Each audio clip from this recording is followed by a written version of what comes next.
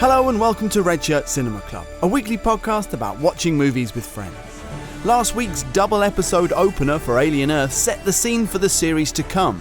Xenomorphs, warring corporations, synths, cyborgs and hybrids. This week we're on to episode 3. Can Wendy rescue Joe, and will the Lost Boys make it back to Neverland? Let's find out.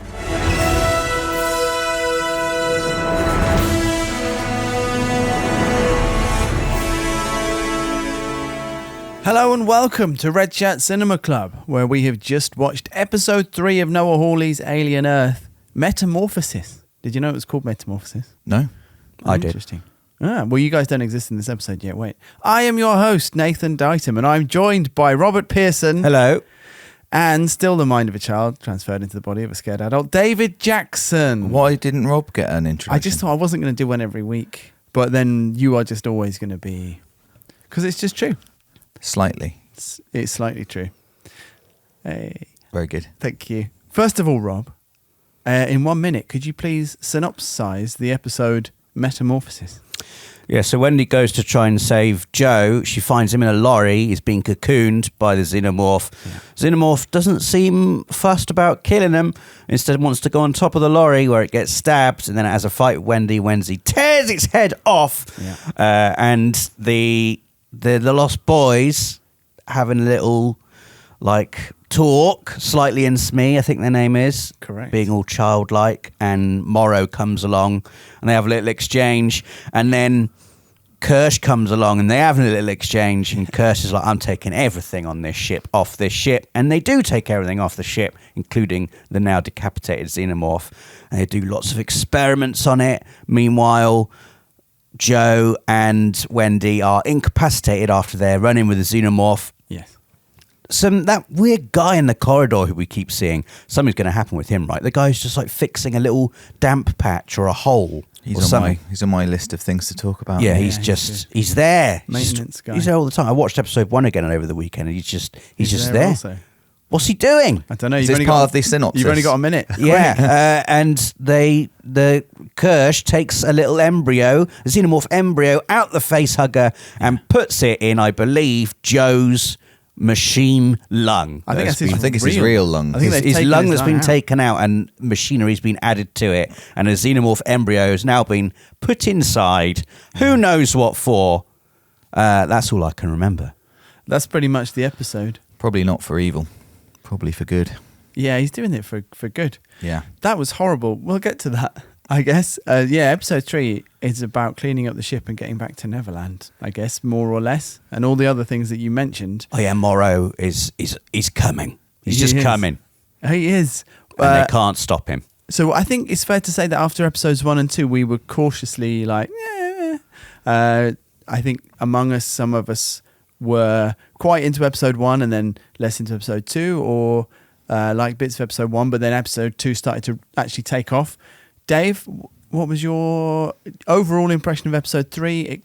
What were you impressions? My impression was that I'm so back in. Oh, excellent. I think more than any podcast we've recorded in the past sort of year since the Star Trek episodes, I've been really excited to record this episode and just talk about episode 3. That's I thought cool. it was fantastic. I don't even know exactly why still. Yeah. I just was like, everything was landing. All the things I had issues with before faded away much more into the background, and I thought they made some great decisions. There's loads of intrigue and things I want to know. It was just great. Really enjoyed it. Dave's back. What about you, Rob? Yeah, I think I'm definitely in. Yeah. But there are bits of the episode where I was like, oh, this is fucking great, and then it would do something that I was like, oh man, like when Wendy just hooks the xenomorph by its extendable jaw. I love that, the mandible. I love that. It's so lethal, this xenomorph. It was having a bad performance. Yeah, it was. Bad 45 minutes for the xenomorph. It's only about 3 hours old, though. It's like when you see Messi play badly. Yeah, it's like, what's he doing? You've just done some really good stuff in there, xenomorph. That room of the costume people, you took them apart. Yes. And now you're just fighting. Why doesn't it again? I guess maybe it's going to be explained. Why isn't it going for the kill? There's something about Joe and Wendy and this xenomorph. But you know, It's just intriguing. It doesn't want to directly kill them. It goes on top of the. What's it doing? The one thing I have not loved is that Wendy seems to have some kind of connection with the xenomorph and with The eggs. in particular. Yeah, that was a strange. We didn't talk about that in Scene. episode 1. No, we didn't. Because I felt silly when it happened again. I was, oh yeah, that's right. Pick up She got that to the thread. crash site and she was like, can you hear that? They're sort of in tune with some kind of rhythm or clicking. This And I is think the this first- time we got to hear it. I don't think we the first heard time I it. picked up on it. That Yeah. there was some kind of definite connection. In episode 1, when they get to the crash site, she can hear something. And I don't think we can hear it as the audience. But this time, in this episode, obviously, first of all, we can hear something because I was going, what is that? And then she's very clearly, reacting to the plight of the facehugger. Overpoweringly And so, which is strange. I wonder what the reason.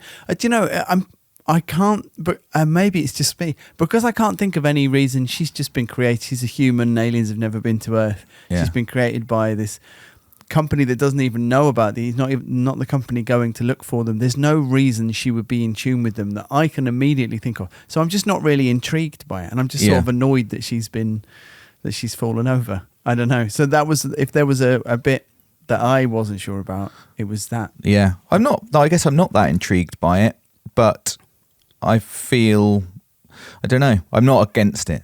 I'm with you. I mean, there is no logical reason, but then that's kind of interesting. Well, Or maybe if the it will never be definition- explained. And then If the definition of intrigued is a thing I don't know and I'd quite like to know it, then I guess I am intrigued Guess so. by what's going on there. Reluctantly intrigued. But it's very much like I had not picked up. I remember that her saying, "What's that noise?" But for whatever, just nothing in my brain decided to.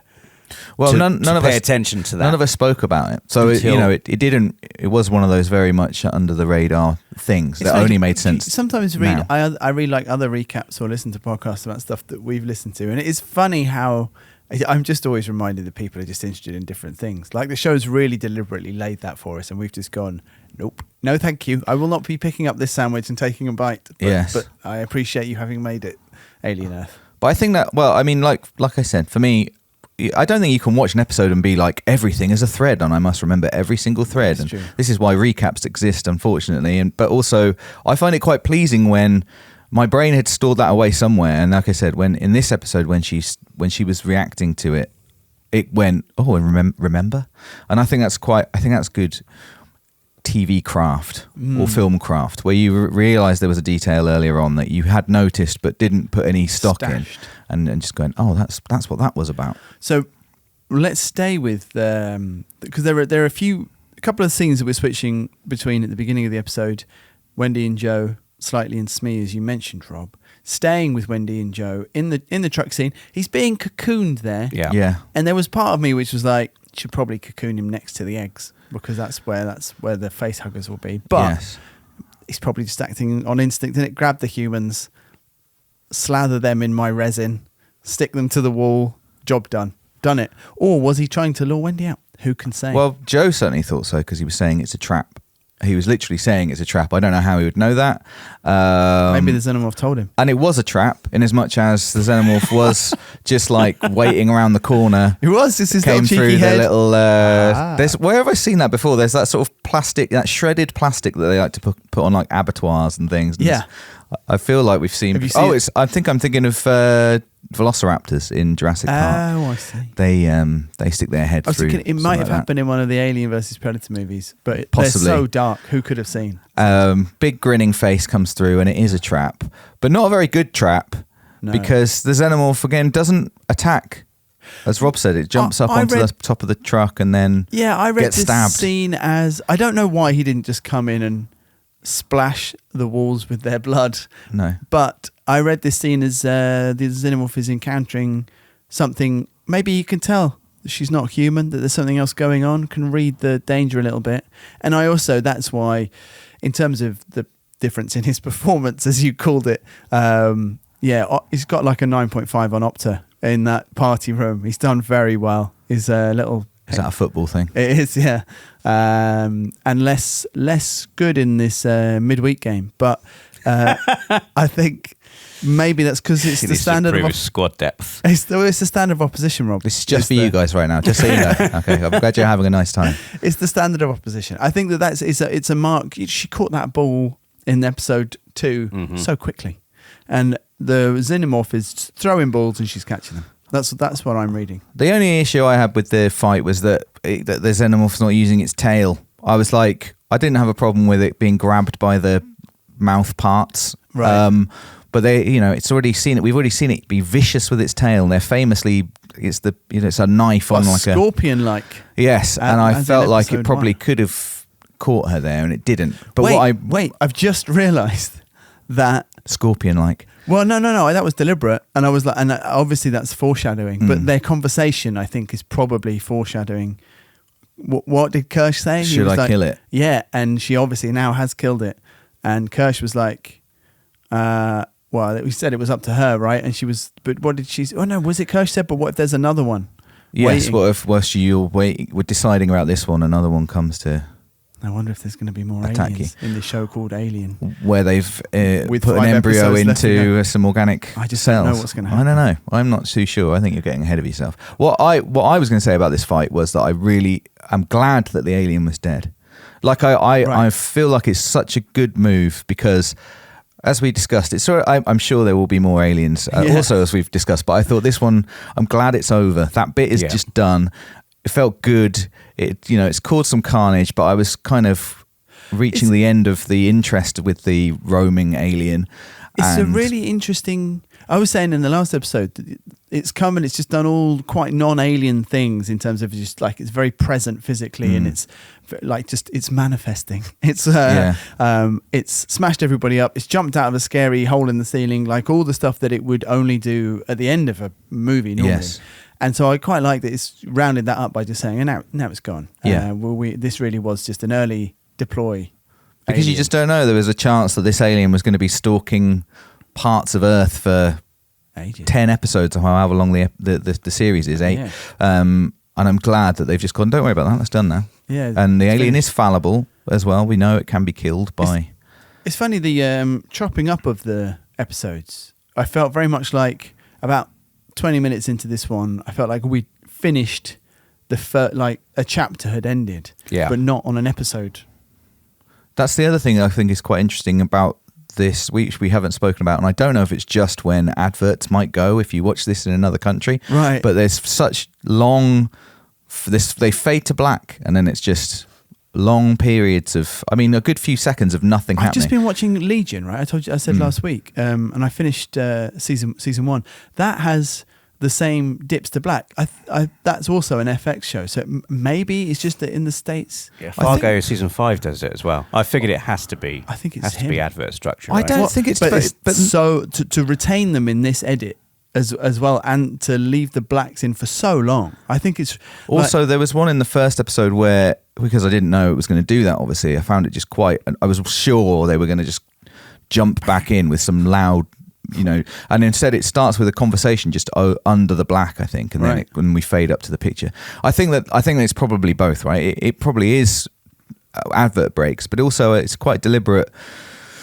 It feels like quite a deliberate sort of storytelling device of just going, that's the end of that little bit. Well, there's Think definitely about that. stuff that's aired on FX which doesn't retain giant. Yeah, absolutely. They've figured this out years ago. Like maybe Noah Hawley's like he hates it when shows are just seamless, slammed to adverts. Yes. If you don't craft, maybe he's like, okay, and you'll put the adverts here, please. In in so doing, you sort of keep sort of an artistic integrity to the episode still. I'm just speculating now. Well, I think it's one of these things. I think it's definitely deliberate, and it's not just like, oh, and we'll just fade to blacks for the adverts. Like, no, that's not it's something. But I quite like it. Do you know what else I liked? I liked the end of that scene. I liked the business with the door. I thought Joe was it's just interesting. I guess the dynamic. I was wondering about Joe, like just in terms of he's only human, isn't he? And so there's not much he can do. Or so we think. Maybe not now when he gets true. his special alien lung put back in. Mega lung. I assume that lung isn't going back in. I know we're jumping ahead now. I assume that was just like we want to see what happens. Gestate this little bastard in lab conditions. How's Joe going to be back then with only one lung? Cyborg lungs. Yeah, mega lung. Give him a mega Give lung. him a cyborg lung. Yeah, he's Yeah. probably going to get like the Timu lung. They're not going to give him the top of the range lung, Yeah. are they? I think it would be a mistake to just think, as I did throughout the episode, like, oh, that's nice. They're just gonna they're gonna bring saving him back. him. They're saving him. They're gonna look after him, make him well again. That's nice. That's a I good guess thing. they're putting this Probably lung not. in here to heal. That's, Yeah. that's what I thought, like a Bacta tank.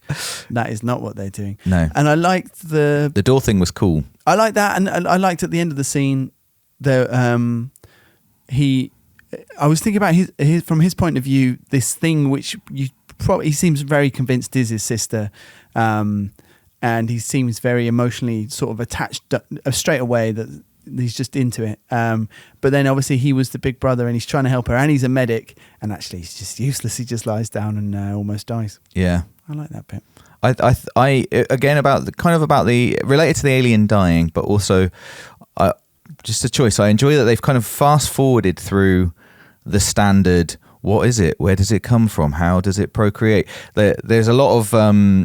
I think the next thing we should talk about is probably the eggs and the scene with Slightly and Smee and Morrow, because that's what happened. But just sort of avoiding that for a second, just the eggs are like this constant in this episode, this constant threat, and several times someone is near the eggs and you're like, oh God, here it's going to happen. Here comes a face hugger. And they kind of have put that to bed. First of all, that doesn't happen. And second of all, Kirsh figures it out and is like, I've observed this is how they do it, so we won't have any humans go near these. It's a classic thing in horror movies, right? Especially in an ongoing series. It's like the don't go up the stairs or whatever. Do you know what I mean? Like, it's the eggs are there. It's like, don't go. And like, what is it in Covenant? People literally just putting their face right over the top. What's terrified scientists of bioengineers or whatever are like, oh, I don't want to be in here. It's scary. What have you got for me to breathe?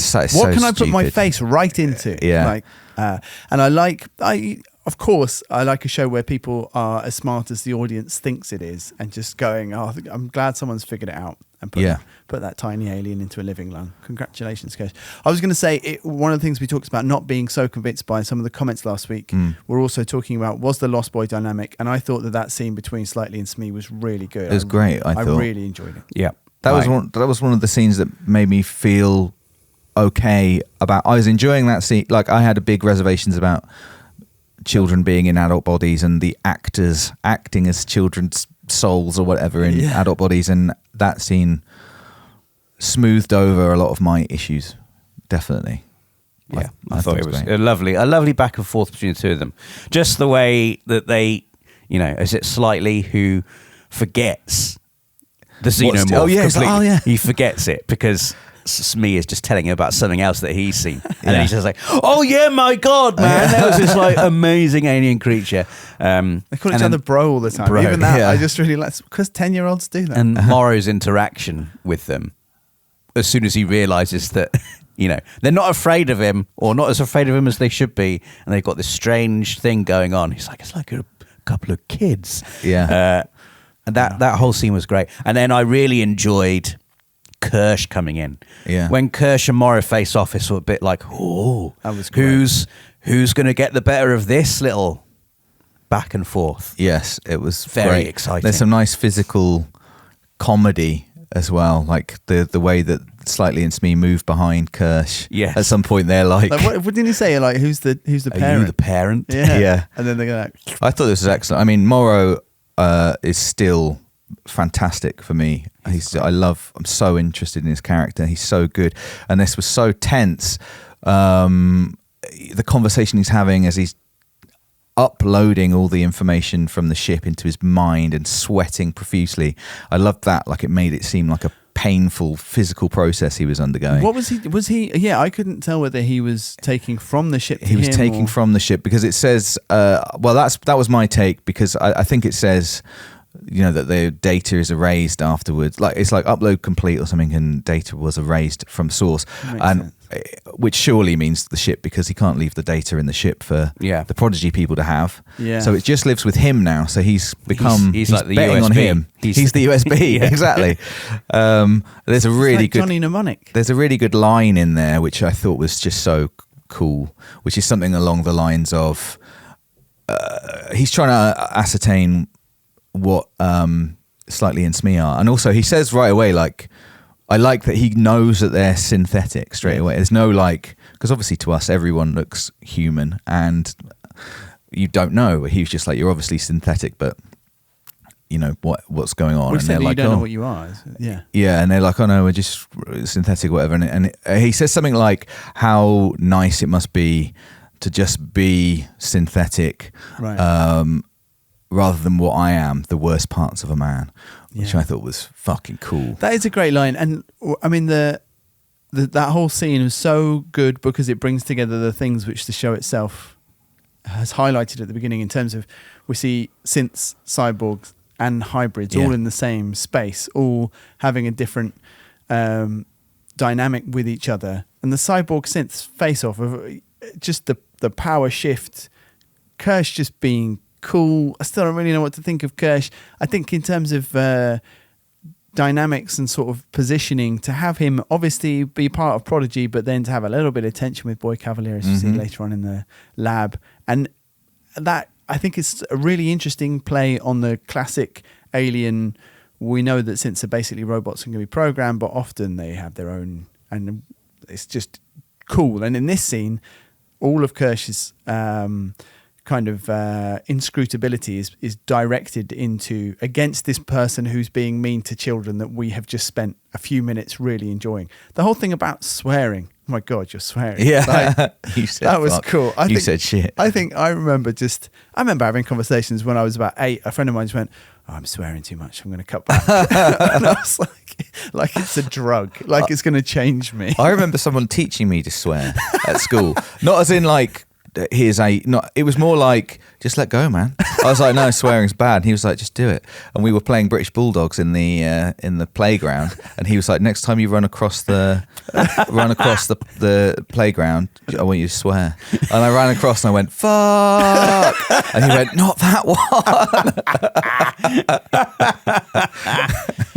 I remember first deciding to swear in year 6 on the France school trip that we all went on. Yeah. It almost felt like a I've been to coming of France. age for everybody. Yeah. Like we're all in the dorm rooms in this French chateau, and it's just like, it's fuck time. But Poor choice saying of words. the word fuck, saying the Yes. word fuck, and shit, and piss, and all the words. Yeah. And we never had done it before. We'd never Wow. sworn before. Yeah. You guys in the Southwest really are backwards. This What's made me going think. on? I've just got to tell you about a meme I saw yesterday, which was just. It was just. It doesn't matter what the image was, but the words were me not singing in assembly, thinking I'm hard as fuck. Which I thought was brilliant. Anyway. Yeah, for the first time, I thought the show really picked up on very relatable childhood. Clearly, swearing was like a. Well, Morrow asked them big both, deal. "What are you doing here?" And they're like, Yeah. yeah, that's classified." Yes, But in a way that suggests they think it's really cool. it was great, Rob. I think you said that they weren't as scared as they should have been, but because they're children, because they didn't realize the danger they were in, or not because they are robots who are stronger than people. Functionally immortal. It was literally because they didn't really understand the situation or who this guy was, or is he dangerous? I don't know. And so they weren't as cautious as they might have been. And just on your thing, Dave, sorry, about the continuing interest of Morrow and having set up these distinctions in sort of variations on artificial people, the idea that Morrow is really like his sadness is about himself. Interesting, like they brought out the idea that he has been gone. That mission was 60 years, and a bit like Ripley, everybody he knows is gone now. But also, weirdly, like his technology must be quite old as well. And I don't know what kind of effect that's having, like if he feels outdated compared to the rest of the synthetics that are going on. Interesting, you can be gone for 60 years and like the USB connections are still the same. That's quite... Surely he's been, they must be able to send him software updates. Yeah, I guess so. Internally. Yeah, but he's using the same hardware, wires. Yeah, the same cables. He's got a daughter as well, or had a daughter. Yeah. We learned. I thought I'm so into him and his story. I loved his phone call with Yutani, where that was so Blade Runner. That whole section of being in the city, being in a nightclub, and she's obviously like, just come back. You've done your job. Like clearly, like no way you're gonna. Anyway, it's like a stupid sort of play. He's not gonna fall for that, and she's just gonna kill him or whatever. But his sort of super honest reply, I thought it was so interesting, getting to the kind of the bottom of his motivation, which isn't money, or it's literally that it's just he needs a purpose, and this is his only purpose. He's dedicated his life, my life's work. I think this is my life's work, and which is cool, you know. Like, I'm not doing this for people. I'm not doing it for my family. I'm not doing it for money. He does say the bounty, but I don't think the bounty is cash. The bounty is the mission. It's like I need to fulfill the mission, or else everything has been for nothing. I like that. I like that he has this troubled relationship with who he is, and also this and the mission. He doesn't like the mission. No, he's just gonna doesn't believe in it. He's just doing it. It's going to give him a really well, and he already had in the episode 1/2 like that interesting relationship with the xenomorph, didn't he? Like where it was just it wasn't particular. He respects it, but he wasn't running away from it. Yeah, he's grim. I'd say he's grim. He's like a noir. I know that you were getting frustrated in the last episode, Dave, about how much I was claiming that everything was a Noah Hawley thing. Yeah. But he's such a Noah Hawley character. Yeah. He's like, I'm coming to get those things. And at Prodigy Island, Neverland, they're like, well, the kids, they're scared. They tell Adrian Edmondson, don't they? They do. We're safe here, right? You can't Atom, his name is, by the way. His name's Adrian Edmondson. Okay. And they're like, well, you can't get us here, right? We're safe here. Absolutely, yes, of course.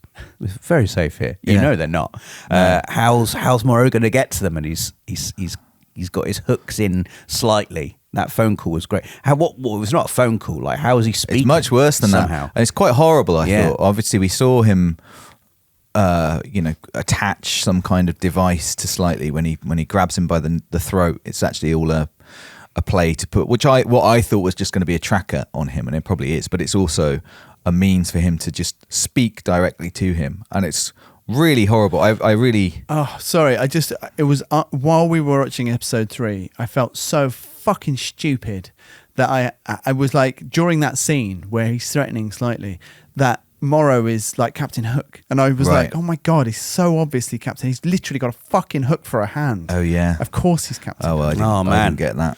I know. Good point. Oh damn. Yeah. Who's Kirsh? He's not in it. No. Tinkerbell. He's probably Tinkerbell. Who's Peter Pan? Well, surely it's Boy Cavalier, isn't it?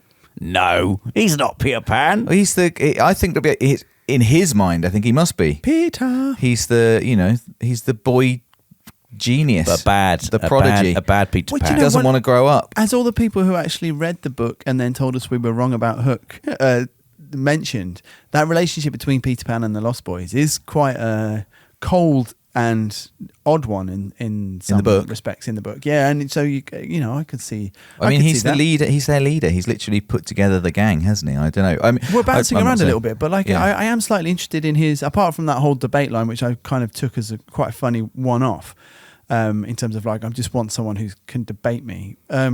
What his ultimate ambitions are is interesting. I assume some kind of immortality and jumping into a body and therefore becoming a Peter Pan figure, but his whole persona is based upon his sort of perceived youth anyway. He's an intriguing character, more so as yeah, I think so too, as the show unfolds. Going back to that conversation though with Morrow, just a horrible idea anyway, that now Slightly has come back on the phone from this mission like quite traumatized, I think. And you see him and Smee sat down, and Atom or Aid Edmondson, both of them come in and have this conversation, and it's kind of he's drawing something. Why do children do this in horror films? I'll draw my trauma. I'll just draw that scary monster. Good to get it out. Yeah, probably better than keeping it in. And then he's just suddenly hears Morrow's voice in his head. He's watching another movie. I tried to. It's Tangled. I tried to find out what it was. Yes, I think it is Tangled. That makes sense. Which again made me slightly laugh and was a bit jarring. I was like, "Fucking hell, Disney!" Like something else for the people online to be cross about. When are we going to see Star Wars? And just suddenly Morrow's talking to him, which is quite a horrible idea, and he can't turn it off. He's just pleading like, "Please don't, please leave me alone." But worse than that, I think, is seeing Morrow being nice, trying to be nice, or trying to appear nice. And I wonder how much what would be interesting is whether he develops any actual affection for the kids. I think he will. He's got a bit of humanity left in him somewhere, hasn't he? I don't know. He's not just a machine. He fucking... Well, do you know, there was that little bit where he expressed some regret about what he had to do to his crew. There's no one here is like... Everyone's a bit strange, aren't they? Like, I don't know whether Kirsh is a good guy or a bad guy. Are there any good guys or bad guys in this? They're all a little bit... Yeah. Wendy's a good guy and Joe's a good guy. Apart from that, it's all up for grabs. I know we keep comparing it to Fargo, and I think that in terms of the moral compass, like Fargo It's sci-fi Fargo, this series. Can I just be really clear and say I've seen Fargo? All right, you guys talk about Fargo like I haven't seen it. Dave hasn't seen Fargo. I've seen all of the Fargos, including the movie. I'm a bigger Fargo fan than Rob. Have you seen series 4? Yes. 5? Yes. You've seen all the Fargos. I've seen all the Fargo. You've seen them all. We've seen them all. But they're often in Fargo, not always. I'd say like season 2 probably suffered from not having a clearly morally innocent character. But sometimes there is just a good person. Yeah. And you're like, oh, fucking hell, please don't. Do you know what I mean? It's the candle you don't want to. Kirsten Dunst and Jesse Plemons, they're quite... They murder people they kidnap and they go on the run and... They accidentally get involved in a murder and then they're just sort They of like... burn down the... They're bad people. I can't even remember. They do some bad... Yeah, they do some bad shit. But Juno Temple, in her series, she has been bad. She's amazing. But she's like a good... But I'm just saying, I'm not sure. Maybe the kids are innocent. I guess that's the kids. I was going to say there aren't any in Alien. They definitely start out that way. I'm interested, and there's some little few bits to talk about them, I think, in this episode, about seeing them change with what's happened to them and what they're experiencing. But that is true. There are 2 of them that have gone a bit unusual. I did think that going back to Morrow, I think saying you're the worst parts of a man reveals that there's a little bit of humanity left in you. I'm not saying that he's going to come good or anything, but I think he's not like reveling in his evil or anything like that. As we've discussed, he's flattened by he's it. not just bad. He's just dealing with. He's trying to fulfill his purpose, and he's taken maybe the easy route by just the more that happens, the more I'm enjoying those first few minutes in the computer, in the mother room, whatever you call it. Yeah, definitely. And like I said, I love that he commented on that. It just gives a depth to it, saying, "Oh, you're forced to do this." And I don't know what kind of. It made me think, as a cyborg, what kind of is it? Literally, you're given an order, and like a synthetic, you can't do anything about it. Yeah. Do you just know the consequences if you don't do it? Like, what's the vibe? Or if there was like, it's the odds are laid out for you and you just accept, well, there's one way for me to survive and it's to absolutely rinse this entire team, and so therefore I will. He also said there was sabotage on the ship, right? Oh, I don't remember that. I think he kind of said we were sabotaged, and it didn't say whether there's no reason, I guess it's another interesting flip from that original Alien, where you kind of feel like actually Ash is deliberately fucking things up, and he's trying to get Ripley inseminated, but here, there's no reason. Why would they fuck up their own ship? It's just coming home. In the perfect world, it lands in a big Weyland-Yutani facility. All the aliens come off. They make trillions of dollars. Yeah, and that's not happening. Well, they have set up Mr. Tang as being quite unusual. Mr. Tang, and slightly obsessed with the women on the crew. So it's got a great name. Yes, Mr. Tang. Mr. Tang. God, that would be so horrible, wouldn't it? I mean, this just happened. Being on a ship, like on Earth, this happened. Being on a ship and realizing that someone on the crew is synthetic, absolutely crazy, and you'd rather not be on the ship with them Rob anymore. That's right. I can run away from Rob, but you can't run away on a ship. Can't run away from Mr. Tang. No, you can't. So the Lost Boys. Yes. Then we've learned more about. I think we sort of observed more about Slightly and Smee this time with their conversation bros, which was cool. But like Nibs and Curly was the other one who we got to see a bit more. And Nibs is in a bad way. Nibs is Which having a one's bad Nibs? time. Nibs is the one with the eyes. The one with the eyes, who's obsessed with the eye monster. And I did not enjoy. We watched it on our large screen in the office. I did not enjoy her pressing her own eyeball. Yes. That was this scene, right? Yes, it was. Squashing. Yeah. She's clearly like very distracted and traumatized by this eye monster. But more than that, I think it's the way that it puppeteered the cat and brought it back to life. And I took that scene as being her thinking about, is she alive? Right. because she's not in her body anymore, and she's quite obsessed with that. She's like, why don't we get to go home? Right, that makes sense. And I felt like she was kind of thinking, am I nothing more than an eye monster in a body kind of thing? Is the eye monster literally in me right now? Yes, I also wondered that. Is she like, am I just being controlled? the Am eye I just monster in being the room with us puppeted now? by? Yes. So That's I thought cool. that was all very cool and interesting. No, I'd not thought of that. I like that a lot. That is cool and interesting. I think she has a conversation with Curly about, and she also just like, about just the whole thing. It's just like, why can't we use our names? Why are we named after the Lost Boys? Yeah. Why is it the Lost Boys? Why when is it half the of Lost us are Boys? girls? Exactly, yeah. Good question. Lots of good questions. So I was like, yes, I want these answers as well. I also like, is it in Curly? I like that she's just straight down the line, ambitious. Oh yeah, she wants to be the new favourite, doesn't she? Has just adapted to her situation incredibly well. Surely that was the red flag for me of Curly's going to turn evil. Just very driven by being the favourite, being smart, using these gifts that she's been given to their, like, you know, That's full potential. That's what kids are like, though. Just want to be, you know, I top, know, of, but top of the class. she's chosen quite a suspect sort of mentor or person that she's seeking praise from in the Boy Cavalier. Yeah. And so I just feel like she's just going to be used for evil. It's bad news. But I enjoyed learning more about both of those. I think we haven't really learned much about Toodles yet. Very little. He's the only of the Lost Boys I think that I'd seen in other stuff as well. Yeah. But yeah, I wonder where he'll come in. Yes. Do you know? And we talked about eggs earlier on, and I was just wondering what was going to happen to the Lost Boys. And I do like going back to that scene of Kirsh and Morrow. We didn't talk about how it ended, and basically the eggs being present, and then flirting with opening, made Morrow leave. And because I was wondering, would Facehugger go for a synthetic?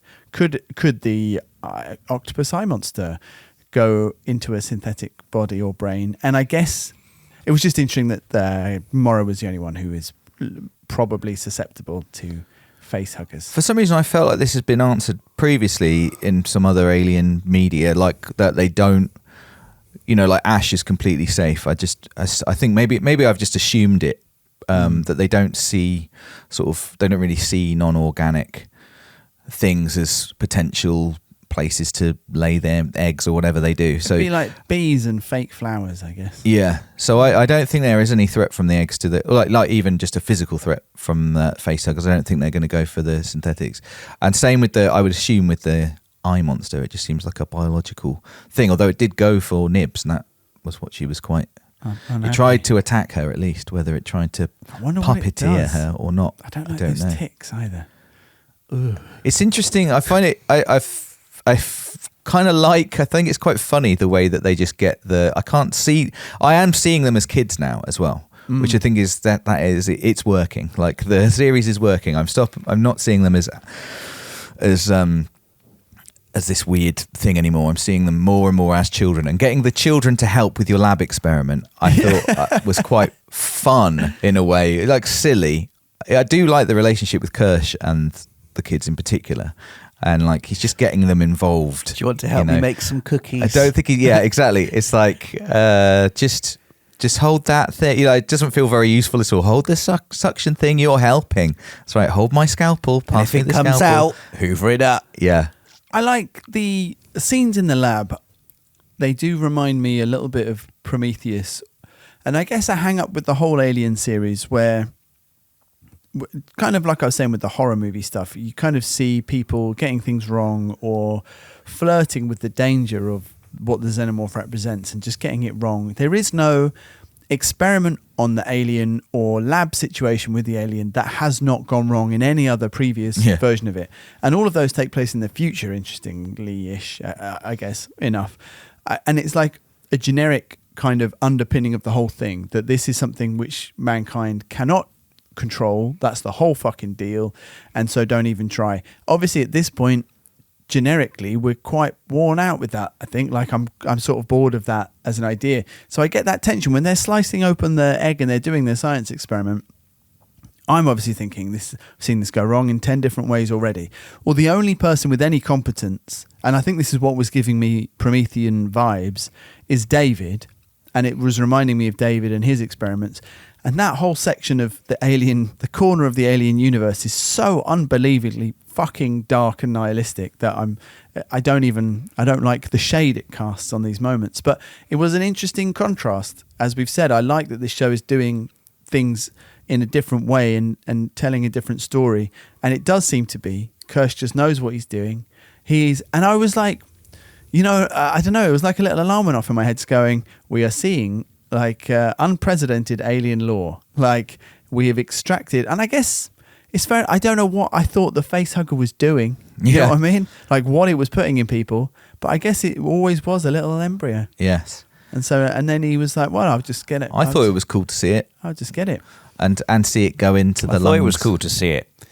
Such just resourceful little shits, aren't they? Yeah. These xenomorphs, even as like a little more than a cell. A seahorse. It's still got something in its brain that's like, yes, it's that is the still sound. just, That is the where sound. shall I go now? In here. Yeah. And I guess maybe it does gestate in the lungs normally because it does burst out of people's chests. Yeah, I thought the same thing. I was like, oh, lungs, that's a bit weird, and then thought about it a bit I guess more. it goes and I into was your like, throat. at least, well, no, it must, yeah. Well, I was thinking about it because I was like, wow, we're learning so much new stuff, and I thought actually maybe not. I'm pretty sure that in Alien they figure out that the facehugger is breathing for Yeah. I can't remember the name of the guy. Kane. But Kane. And so I was like, oh well, then obviously it's put a tube down the esophagus It's into the incubated. lungs, and then that would make sense. So that's where it Intubated. lays its embryo. His egg. So I thought that was all very cool. Extremely. You mentioned earlier, Nath, the scene with Kirsh and Boy Cavalier in the lab, which Yes. I enjoyed too. Yeah, A couple of things that I enjoyed was the kind of affront. I think Boy Cavalier says to Kirsh, you're supposed to be better than a man, and yet all I'm hearing are excuses. And he did a little face of just slightly Exasperated. I like that a It was lot. cool, and I'm interested in their relationship. There was also, that's just made me think of where one of the lab guys, he's like the head lab guy, is complaining about sending the kids off on this mission was absolutely mental, and he doesn't get to finish that sentence before his boss walks in and was like, what were you saying? Just say what you were saying. I like the thing that I really enjoyed about this scene was the characterization of Boy Cavalier, who probably would fucking send that guy to the Antarctic or whatever for saying it, but is also like, tell me, grow a spine, don't be a coward. And then if he'd said it, he would have fucking slapped him. But the other thing in the lab was, I think there's a real sense of Kirsh sees Boy Cavalier near the eggs, and he's interested in the eggs, and he's like leaning over or something, and the egg's starting to quiver, like you say, flirting with letting the facehugger out, and there's like a fleeting sort of look on Kirsh of, I'll just let it happen. Let it happen. Fuck this guy. Just gonna do it. And then he's like, no, I enjoyed that. Just a sense that he's not just completely beholden to this guy. His loyalty is not 100% rock solid. Yeah. There was a moment, quite a human moment of like, maybe I just let it happen. Like, serves him right. Well, and again, it plays on this side because we've seen since fucking doing that, that's one of the weird things they do is they let aliens get into people. That's one of the things they love. And I guess that is one of the things they love. Interest. It's just baked into the coding of every single sin. But then it's an interesting variation that we're seeing, that we are seeing control, that we're seeing a facehugger actually subdued. We're seeing it dissected in a way which doesn't hurt anyone. The acid doesn't spray anywhere. The embryo is successfully extracted. And then I guess it's just this reversal. It's just a really interesting dynamic within this world where normally you cannot fucking stop the alien from impregnating people. It's brilliant at it. And in this one, there's artificial insemination. Yes. For the first time. It's like, here's a lung. It's like a test tube alien. It's like a lab alien. I like it. It's slightly more human. It's the sort of stupid shit we would do. Yeah. Like previously it's the stupid shit we would do where we've like been clumsy and too intrigued by something and have been impregnated by a facehugger, and then an alien's on board a ship and it's killed everybody. Like, of course, that's what would happen. But then this is also what would happen, where we do it to ourselves, where we're just get the thing out. Oh wow, I bet we could probably create an alien with this, or we have done. Definitely going to go wrong. Our own hubris again. Maybe it won't go wrong. Maybe this is the series where everything just goes right. We keep having our expectations like it's going to go wrong. It's like Jurassic Park, but like your island that you suggested in the future, but it goes right. We'll have a xenomorph island, and it's perfectly well controlled. Well, we've talked about the alien death. There's something quite symbolic, I think, and Noah Hawley's done it a couple of times in this series already, where it's like, the first 10 minutes we've spoken about in episode 1, where it's like, here's Alien. Here you go. Bit of Alien. Yeah. Nah, this is not what the show's about. You think it's all going to be about this xenomorph hunting everyone? No, it's not. It's dead now. Yeah. And we're still not into what I'm assuming is going to be the stride of the series. But I do like how it's not afraid to just, more than whatever you think of this series, more than any other piece of alien media, I think it's very brave in that it's not afraid to just cast aside things that other alien media thinks we want to see as audiences. Yeah, for sure. And I'm on board for that. Who knows what the end result is going to be? Well, I was going to say, because in a deadening way, sometimes when I'm watching a Netflix show, or if you're just sort of media literate and you know everything that happens in the future of the alien universe, and talk about Andor again, because I loved Andor so much, and Andor was telling a story and it had to fit completely into what came next, but it still told this brilliant story.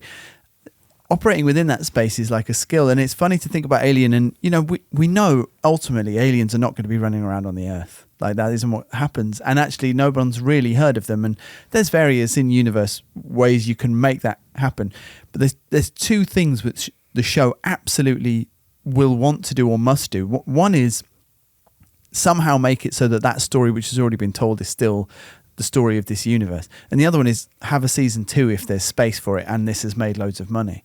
So I do wonder what the ending of season 1 will be. I don't know, or maybe they will just go, fuck it, we're wrapped up. I don't know. So with that in mind, season 2 could be, if we're going to stretch the Fargo thing out, it doesn't necessarily have to be very fucking true happening right after this season. Maybe it'll be after everything we've seen before. Maybe it'll even be before this one. Yeah, maybe it'll just be a completely different What's set of characters. The first time anyone from Utani or Wayland learns about a xenomorph? Yeah. Because they, we start this series mid-mission or at the end of a mission, and the mission is go and get these things that are out there. Well, with Fargo, really, a couple of them are sort of connected, but they're also, same vibe, different bit of the universe. It could have nothing to do with it. We could jump around anywhere. That is, that's fair. Smart, exciting. Is it time for the questions? Yes, David, it is time for the questions. Well, I'm just going to check my list, just make sure we haven't. No, the last thing I wanted to talk about was sticking the little fucker in a living lung, which we've discussed. So, Rob, who is your favourite character in this episode? Oh, wait, sorry. We didn't, because I ruined it in Rob's synopsis. We didn't talk about the guy cleaning stuff. The guy cleaning stuff. We got to talk about him real quick, because he's been prominent in, I think, each episode. There's a real, and my vibe was just, this is Blade Runner, this is Dune, this is just like a nod to. I think right in the first episode, you see him when Wendy is taken to, or before she's Wendy, she's taken to the lab to be transferred, and they walk past him, and he's so incongruous. The thing is, he's so incongruous with that space. It's this trillionaire's magic island. It's like clean and futuristic and whatever, and this guy is so out of place, and it really stood out to me. And he's just working on this weird little mouldy patch of corridor as well. And then this episode, we see his face. Yeah. He looks at the character, definitely looks at the camera. I can't remember. Was it Nibs? Was it Nibs walking around being weird? Yeah, maybe. Or maybe it's Wendy when she's woken up. Clicks. And I don't know. I really hope that this is a thread that is going to be followed, because maybe he's all of our favourite character. maybe I really loved his costume. Like I said, it seemed so specifically kind of a nod to some of the huge bits that people were wearing in Blade Runner. But then the sort of rubbery look of it also really reminded me of David Lynch's Dune. it just doesn't feel like you need him to do. Like I say, he's just so incongruous. A technician working on something there, like it can't be that dangerous because people are walking around behind him. He's not like it's cordoned off or something. Like, don't come here. It's such a specific choice. Though. He's filthy. Faces. Yeah, where on this island? Where's he been? I don't know. So interesting and cool. Sorry, I just thought we should shout him out. I feel like he's going to be in it more. Your favourite character, Rob? I think my favourite character from this episode was Kirsh. I enjoy his competence. Yeah. I enjoy just similar vibes to Morrow in that I'm not sure what to make of him, but every time he's on screen, I'm just like, something interesting's gonna happen. I guess this is classic Alien in that the most interesting characters are the non-human robo characters. There's a lot of them in this series, to be fair. Tons of robos. Who is your favourite character? Continues to be Morrow. Yeah. I just really enjoyed his interaction with everybody. I was going to say with Smee and Slightly, I did that, and Kirsh obviously, but then with Yutani was cool, and he's cool, and I'm just so into him. Just anything he does, I'm just fascinated by him. I loved seeing him cobble together. Like he stole some food, stole a phone, made this cool. He's resourceful. Oh, I really. All right, you love him. I love him. You love him. I love him. He's great. I think Kirsh for me this episode, just because it was because Morrow was brilliant in those first 2 episodes, and to someone sort of literally emerging from the shadows to kind of have a probably the most engaging kind of face-off moment of drama that we've seen so far in this. I think literally every character was way more interesting and engaging in this episode. I found everyone we spent time with, it was interesting and had something to say in a way that in both the first episodes wasn't so much. It did make me think. I don't know if so many shows put out 2 episodes at the beginning to get the ball rolling, and I don't know if it was that or because they knew that they were doing a lot of exposition, and you want to get to episode 3 in the second week because that's where the momentum starts to pick up. But it was night and day. There were moments, scenes, things which kind of fell half flat in the first 2 episodes, and episode 3 just seemed to be full of momentum building, just moment after moment paying off in the way which I assume that they hoped it would ideally, and it really makes a huge difference. Favourite scene, Dave?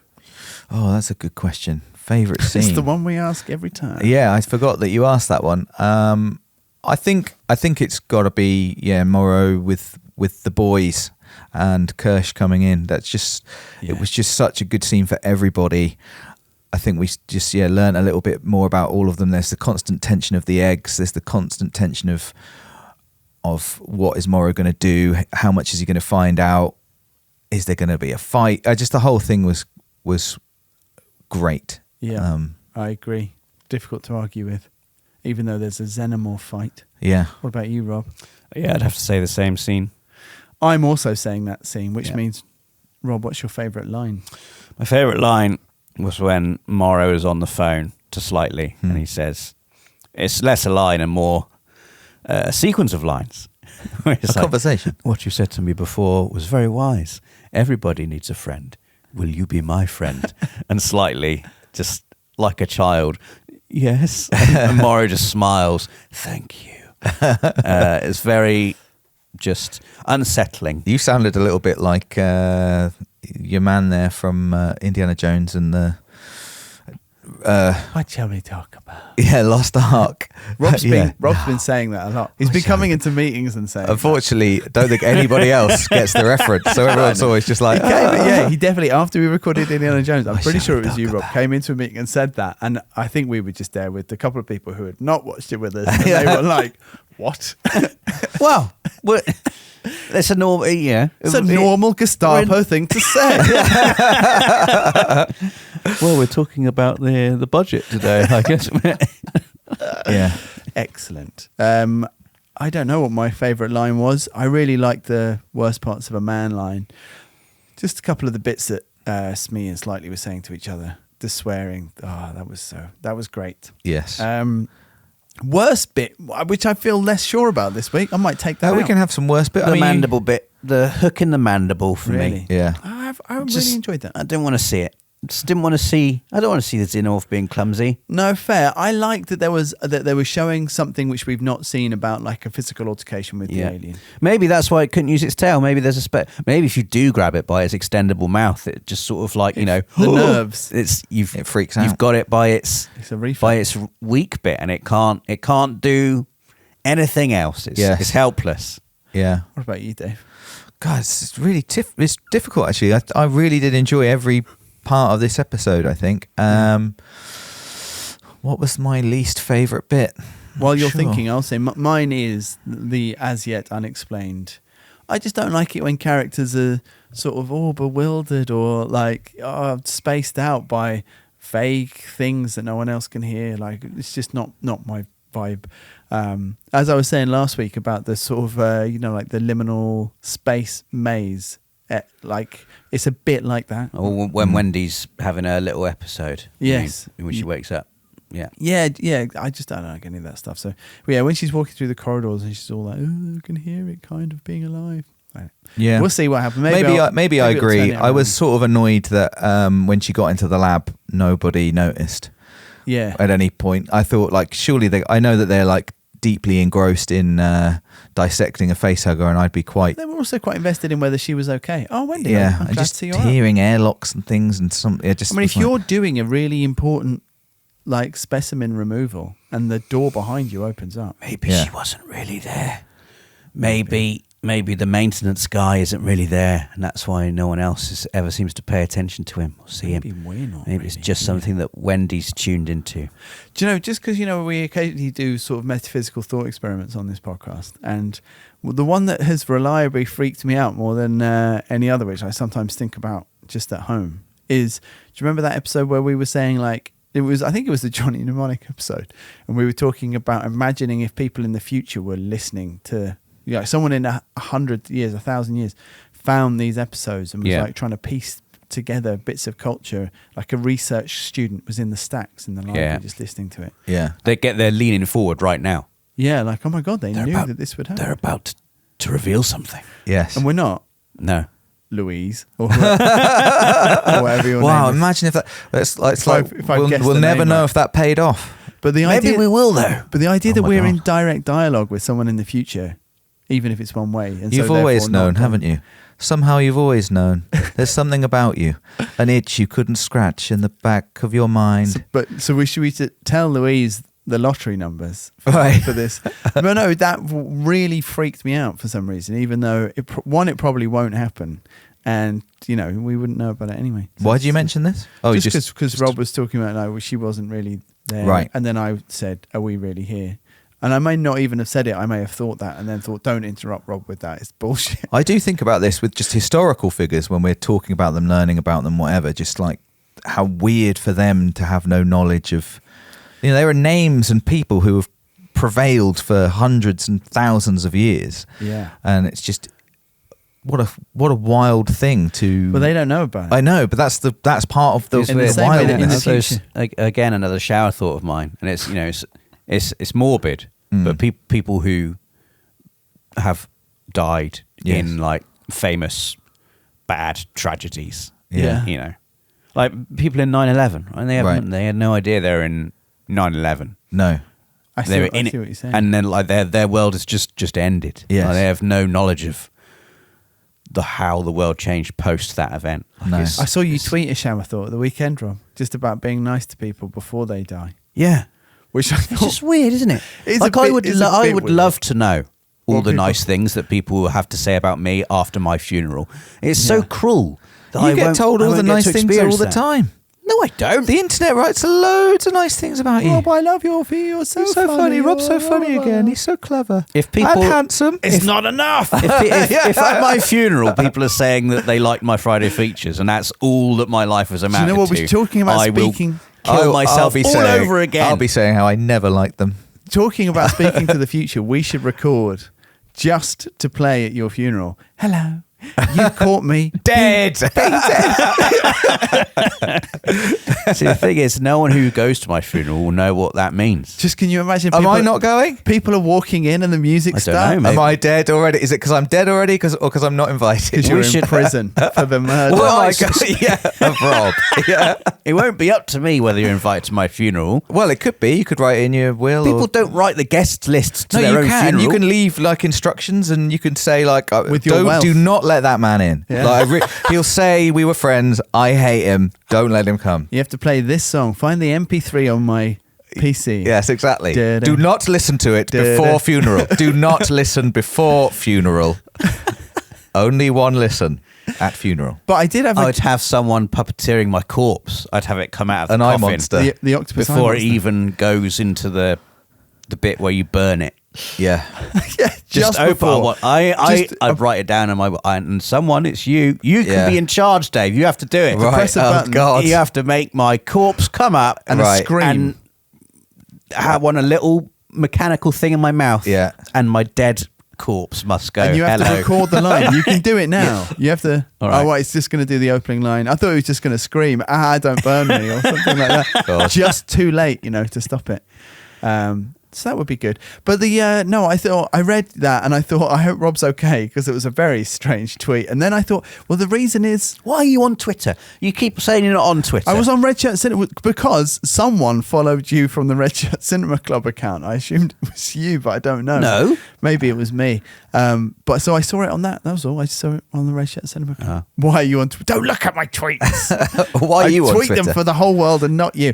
But the reason is you don't give people, you know what I mean? You give people medals at the end of the race, don't you? Because it's only then that you know how well they've done. Oh, you've got to measure up. Yeah. Because you could go evil tomorrow or now. Yeah, or maybe you or already good. did. The opposite of that tweet is why is it always like really good people who die? Oh my God.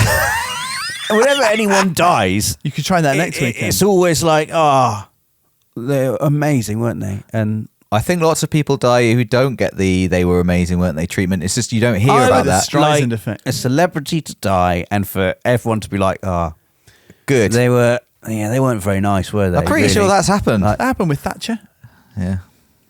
Didn't Thatcher get like, didn't she get like a big funeral? I think Wow. people did a party, but I think they were pleased. I thought that was quite crass that Ding Dong the Witch is Dead got to number one that week. Wow, she did a lot of It was bad. pretty poor, I wasn't mean, it? I'm not. You were sort of just advocating for that. You were like, "Wow, it's Wow, I wish the people were really only horrible." good people die, and I don't ever hear about it." And then We are very close to a series of tweets which ends with Rob saying, "Why does God allow bad things to happen?" what even is death? Exactly. Yeah. Noel Edmonds doesn't believe in death.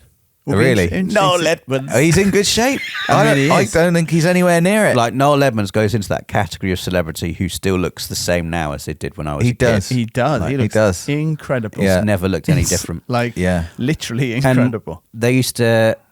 Did you ever go to Crinkly Bottom? No, I Crickets didn't. and Thomas. Yeah, Crickets and Thomas I went Yeah. to, but I didn't go to Crinkly Bottom because And I was mad that they killed an elephant. Oh, that elephant! Yeah, we Yeah. didn't. We stopped going after they killed that elephant. Yeah. but before that, we went. Is this like something? Is this? We've talked about this a before. Southwest feature. Yes. Right. They to extend Crinkly Bottom to make Mr. Blobby land or whatever. Yeah. They had an elephant at Crickets and I Thomas. remember the elephant. They couldn't find a home for the elephant, so they were like, "Well, there's only one thing we can do." Why? What? Not build Blobby land? No. No. That's happening. Why don't people tell elephants how good they are before they die? That's was, right. Was what I was. Well, they'd always remember. Well, we do Anyway. it to animals all the time. do. Like, I've got no filter when I'm talking to my dog about how much I love my dog. Fuck's sake. Yeah, I was thinking, fuck's sake, Callie. Fuck's sake, Callie. This is a different dog. Right, yeah. Hallie is actually dead. I had a car sticker. We got a car sticker after going to Crickets and Thomas, which just said, "I've seen Noel's Crinkly Bottom." I remember God. those stickers. It's a great sticker. Yeah. That is good. That is good stuff. Anyway, Blobbyland killed an elephant. What? Blobbyland. And now Was it worth Blobbyland it? is this abandoned nightmare realm that like urban explorers go to and take. I mean, those how scary big photog- was Mr. Blobby? photography. Like, for how long? Was Mr. Blobby a thing for like 2 years? I don't know. It I think seemed, more it like seemed 4 years? 5 or 10. 5 years. He got his own theme park, for God's sake. And now it's just... they killed an elephant, Nate. It was really Mr. Blobby was really funny. He was funny. He was funny. They did like a thing with loads of celeb. Will Carling once taught him how to play rugby. Yeah, it was very. It feels like Mr. Blobby must have come out of like a 5-minute meeting. Because it's so, like he's literally called Mr. Blobby. Someone's drawn him on a piece of paper. He just says blobby, blobby, blobby. It's like, we need something for what we're going to do this season on Noel's Crinkly Bottom. Like, Noel's House Party. Sorry, yes, at the Crinkly Bottom. There's Mrs. Blobby and there's Baby Blobby in this VHS I used to have, right? Which had about 7 or 8 episodes of Mr. Blobby on it, right? Which I used to watch at my grandma's house a lot. The precursor to Baby Shark was Baby Blobby. We should finish. We should. We've had about 20 minutes of not talking. This has been good. We should say, because of work commitments, we recorded this immediately after watching the show, so we've not included any of your comments or feedback, but we'll be back to doing that next week. There's one more thing we've got to do, Nath. Oh my God. Warp scores. Warp scores? What's your warp score, Dave? My warp score... So I started on a 5 with episode 1. I went down to a 3, I believe, with episode... Well, I think we're all on 3 after the first 2 episodes. I've zoomed back up. I loved this episode. Same. I'm going to warp 6. Whoa! It really got me. I was sat here talking about it. I'm like, I want to watch the next episode now. Do you know, a really good sign of a show that I'm enjoying is that the more I talk about it, I get even more excited. Yes. Do you know what I mean? I'm like, oh yeah, that's an even better idea, and I hadn't thought about that. And and that's something I haven't had for a while. We talk about fandom on this podcast quite a lot. I've been in a weird sort of regression from talking about stuff that I like. I've really enjoyed talking about this, and it has really made me, like you said, more excited, if anything. Rob? I'm at warp 5. Nice. The acceleration on my ship is quite slow. Yeah, I think that's fair. But I've got my foot's on the accelerator, my hand's on the slider. I'm a bit too emotional with my speeding up and slowing down. Yeah. Like, let's go! It's a bumpy ride. I'm also at warp 5. I'm just steadily... I'm at a few little cautions, but I'm excited. Yeah. Episode 3. A winner. Looking forward to episode 4. We'll see you with that next week. You've been listening to Red Shirt Cinema Club. If you're enjoying the podcast and would like to receive 2 exclusive episodes per month, please consider supporting us on Patreon. Just check the link in the description. We'd also love to hear from you. Email us at redshirtcinemaclub@gmail.com or follow us on social media. We'll be back with another episode on Monday.